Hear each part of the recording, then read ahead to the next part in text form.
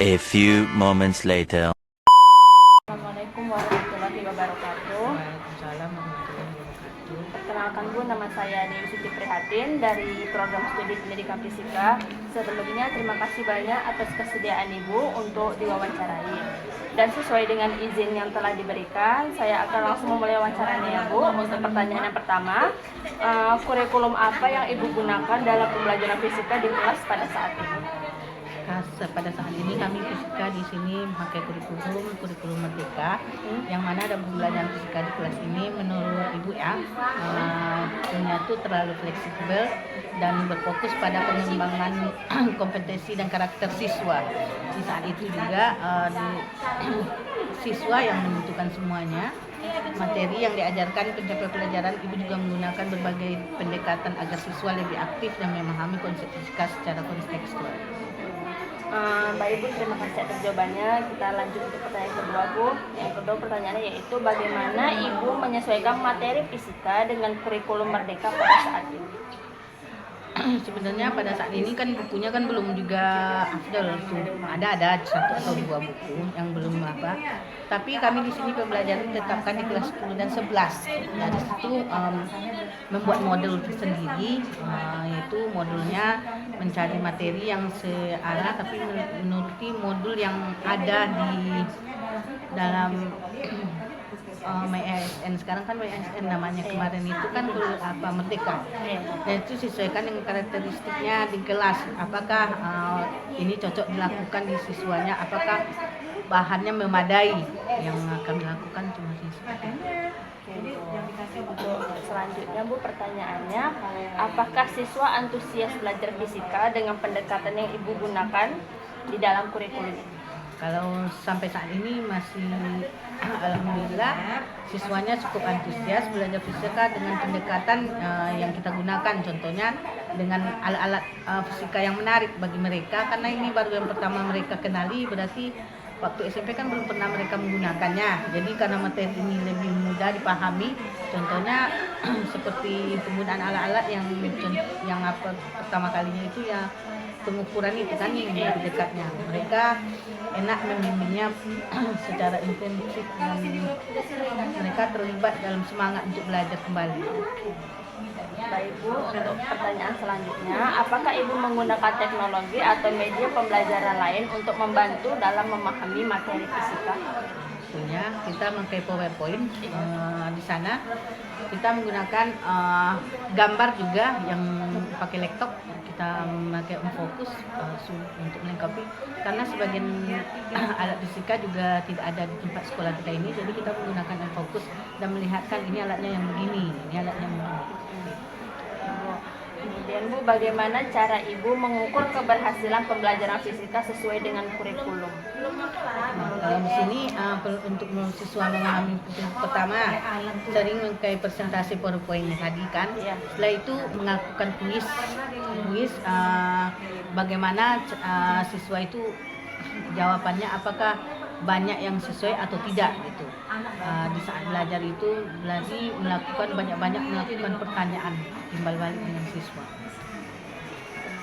Untuk pertanyaan selanjutnya Bu, apakah Ibu merasa kurikulum fisika sekarang sudah sesuai dengan kebutuhan siswa? Yang ini ya tentu ada tantangannya. Di sini Ibu mengukur keberhasilan siswanya sesuai dengan kurikulum Merdeka ini kan. Ibu mengambil nilai keterampilan proses sikap siswa selama pembelajaran berlangsung, misalnya melalui observasi, diskusi, praktek. Yang banyaknya sekarang ini karena prakteknya itu ada 2 atau 3, tapi diskusi yang paling banyak yang diberikan umpan balik bagi mereka yang bisa untuk berkembang. Terima kasih Bu atas jawabannya. Kemudian selama kurikulum Merdeka untuk pembelajaran fisika berapa jam? Ada 2 jam, tetapi akan terhitung menjadi 3 jam untuk kelas 10. Kalau kelas 11 ada 5 jam. Oke Bu, untuk selanjutnya, apakah ada tantangan tertentu dalam menerapkan kurikulum fisika di kelas? Banyak juga tantangannya, salah satunya itu perbedaan kemampuan siswanya. Kan di sini kan kemampuan siswa banyak berbeda, ada yang pintar, ada yang tidak pintarnya, ada yang cepat memahami, ada juga yang tidak sempat memahaminya. Jadi untuk menselaraskannya itu untuk belajar kelompok itu kita memberikan dukungan mana yang dia mampu, kita mengarahkan siswa kepada mana dia yang sanggup melakukannya. Secara belajar kelompok dia kan akan menggali ilmunya sendiri untuk pribadi. Bu, untuk pertanyaan terakhir Bu, apa harapan Ibu terhadap kurikulum fisika ke depan? Menurut saya kurikulum fisika sekarang itu khususnya kurikulum merdeka sudah lebih sesuai kebutuhan siswanya. Cuma di sini kan untuk perhitungan itu kurang, yang disebutkan sekarang ini secara awalnya aja. Cuma nggak seperti dulu. Dulu kan kurikulum yang lama kita menjelaskan tuh secara sejelas-jelasnya. Kalau ini ringkasannya aja, nggak terlalu masalah. Oke Bu, terima kasih banyak Ibu atas waktu dan penjelasan yang telah diberikan. Jawaban Ibu sangat bermanfaat bagi saya dalam memahami penerapan kurikulum di sekolah. Mohon maaf Bu jika selama wawancara ada kata atau sikap yang kurang berkenan. Assalamualaikum warahmatullahi wabarakatuh. Terima kasih Bu. 871 memiliki 4 angka penting. Angka 0 yang terletak di antara dua angka bukan 0 termasuk angka penting. Contohnya seperti ini. 3,001. Tapi karena dia terletak di antara dua angka ini, maka dia termasuk angka penting dia.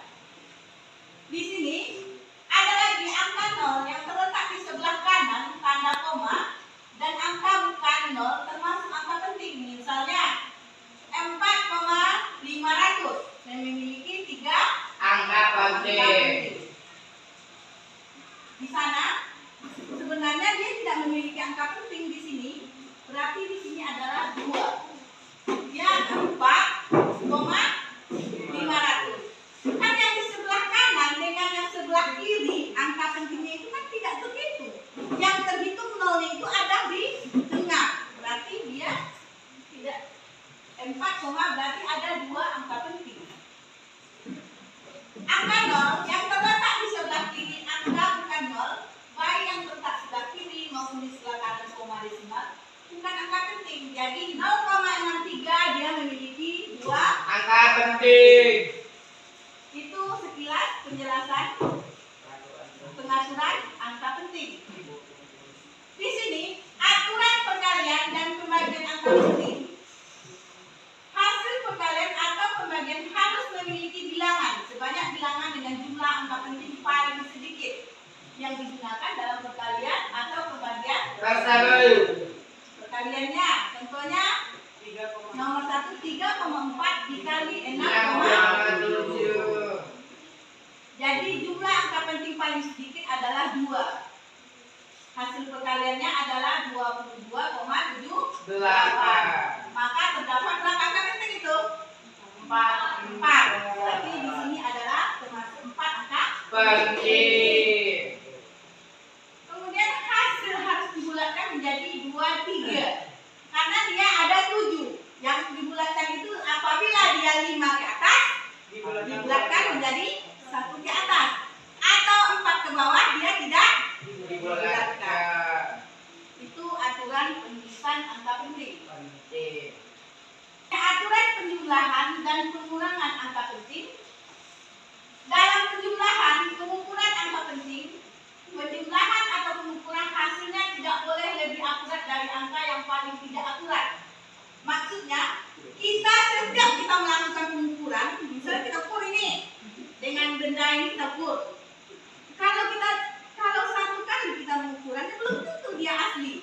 Maka sebenarnya nanti akan ada proses selanjutnya, itu adalah pengukuran ulang. Dan di sini untuk penjelasannya angka penting, cara penambahan, pengurangan bisa dipahami